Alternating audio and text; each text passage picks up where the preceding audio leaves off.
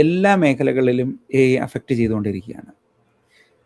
ഇനി ഹാർഡ്വെയർ മേഖലകളിൽ നോക്കുകയാണെങ്കിൽ ഇപ്പോൾ ഇസ്രായേലിലൊക്കെ അവിടെയൊക്കെ ആപ്പിൾ പിക്ക് ചെയ്യാൻ വേണ്ടിയുള്ള, അതായത് ഈ ഹൈഡ്രോഫോണിക്കും അക്വഫോണിക്കുമായിട്ടുള്ള പല ഗ്രീൻ ഹൗസ് ഫാമുകളിലൊക്കെ ഇപ്പോൾ ഈ സംവിധാനങ്ങൾ കൊണ്ടുവന്നിരിക്കുകയാണ്.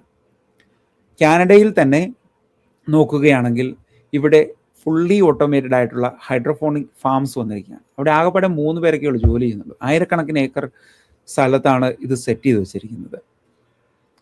പക്ഷേങ്കിൽ അത് ഓപ്പറേറ്റ് ചെയ്യാനും അല്ലെങ്കിൽ പ്രൊഡക്ഷൻ കൂട്ടാനും കുറേ എൻജിനീയേഴ്സിനും ഒക്കെ അവിടെ ജോലിയുണ്ട്.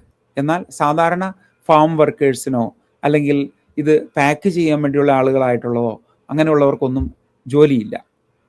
ഇപ്പോൾ വലിയ ബ്രേക്ക് ത്രൂസ് ആണ് നടന്നുകൊണ്ടിരിക്കുന്നത്. ഇനി നമ്മൾ റോബോട്ടിക്സ് നോക്കിക്കഴിയുവാണെങ്കിൽ ചൈനയിലൊക്കെ ഇപ്പോൾ ട്രാഫിക് സിഗ്നലുകളിലൊക്കെ റോബോ കോപ്സ് വന്നിരിക്കുകയാണ്. അതായത് പോലീസ്